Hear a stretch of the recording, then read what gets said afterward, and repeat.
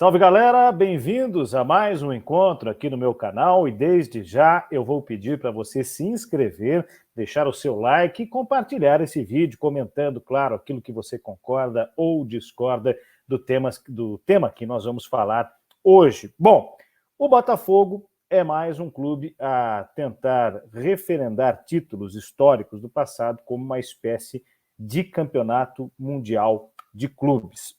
Pois bem, isso já havia acontecido com a Copa Rio, em relação ao Palmeiras primeiro, depois o Fluminense também campeão, o que nos leva ao torneio que acabou sendo realizado na sequência, com a desistência dos organizadores da Copa Rio aqui no Brasil, em Caracas, com títulos para São Paulo, Corinthians, enfim, outras equipes brasileiras disputaram, até chegarmos ao torneio triangular de Caracas, que é a pretensão do Botafogo agora, títulos conquistados por 3 ocasiões, 67, 68 e 1970. O Botafogo é campeão mundial?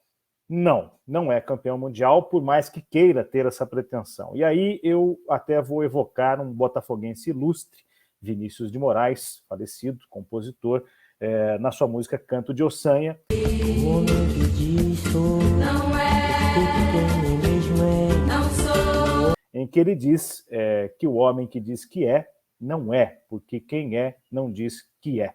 Enfim, o campeão mundial assim estabelecido, especialmente após a homologação da FIFA de um torneio mundial a partir dos anos 2000, com o Corinthians naquele torneio no Brasil e a partir de 2005, frequentemente, né, com o São Paulo sendo o primeiro nessa conquista, tem esse selo de reconhecimento da FIFA. Anterior, e sem tirar nenhum tipo de mérito do que era reconhecidamente como título mundial, havia o cruzamento da Copa Intercontinental, que leva exatamente esse nome, o nome legal do torneio, a Copa Intercontinental, entre o campeão da Libertadores e o campeão europeu. E aí são vários os brasileiros que chegaram a essa disputa, um grupo um pouco mais seleto, melhor dizendo, os que tiveram o prazer de levantar o caneco. Flamengo, Grêmio, o próprio São Paulo, o Santos já em outro formato, né, com jogos de ida e volta e até, eventualmente, uma necessidade de um terceiro jogo. O Internacional já ganhou no novo formato. São equipes que levantaram, tiveram êxito de ganhar o título mundial de clubes. Não foi o caso do Palmeiras, por exemplo, derrotado para o Manchester United. Não foi o caso do Vasco, derrotado para o Real Madrid, do Cruzeiro, que chegou em 2 ocasiões e perdeu para o Bayern de Munique, depois perdeu para o Borussia em formatos diferentes. O Botafogo disputou o Mundial? Não. O que o Botafogo disputou? O torneio triangular de Caracas, um torneio que tinha a sua importância histórica, naquele momento em que o futebol não era como é hoje, em que os clubes viajavam muito para fazer amistosos, em que o futebol brasileiro tinha verdadeiras seleções, os estaduais eram os nossos grandes campeonatos, os campeonatos nacionais eram apenas embrionários. O Botafogo daquela época de Jairzinho, de Manga, antes com Garrincha, o Botafogo de tantos craques históricos que viajavam muito, exibindo, né, os seus principais jogadores, foi disputar esse torneio triangular em Caracas em 3 ocasiões. Em uma delas, em 1970, o torneio teve 2 edições no mesmo ano, né? Botafogo e Cruzeiro ganharam estas edições. O Botafogo, na época, derrotou a seleção soviética e o Spartak Trnava, um time da antiga Tchecoslováquia, hoje da República Tcheca. Cruzeiro, por exemplo, enfrentou o Porto e o Celta de Vigo, Porto de Portugal, Celta da Espanha. Em 67, o Botafogo derrotou o Barcelona e Peñarol nesse triangular, mas em 68, por exemplo, teve a participação do Benfica e da seleção da Argentina.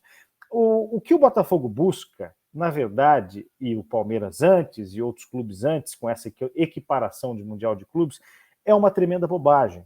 É uma tremenda bobagem porque a história do futebol não foi escrita assim. É dispensável o selo, é dispensável o reconhecimento da FIFA para esses torneios, que tinham o seu valor histórico e era o que se tinha para jogar naquele momento.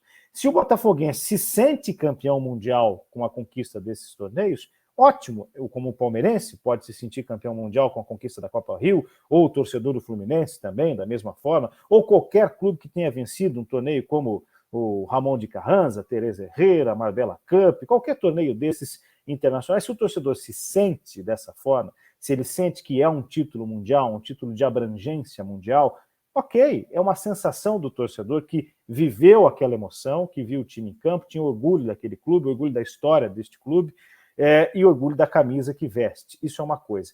buscar uma referência oficial para um título que não havia nenhum tipo de parâmetro técnico.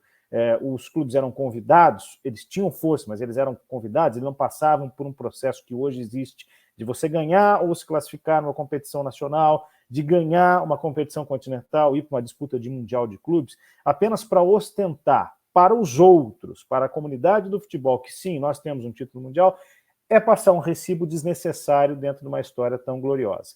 Eu reconheço o valor dos historiadores do Botafogo e da diretoria do Botafogo em ostentar esse título, em dizer, olha, nós ganhamos um triangular de Caracas, que era uma conquista difícil à época, jogamos contra a seleção da Argentina, a seleção soviética, o Barcelona, o Peñarol, enfim, jogamos contra alguns dos principais clubes do mundo e ganhamos esse torneio. Muito legal.